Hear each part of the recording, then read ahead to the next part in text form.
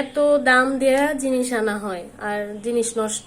বেগুনের বড়া করব, বেগুন কাটছি, বেগুনের বড়া কিন্তু গুলগুলি ভাল লাগে। এখন দেখি যে ভিতরে নষ্ট।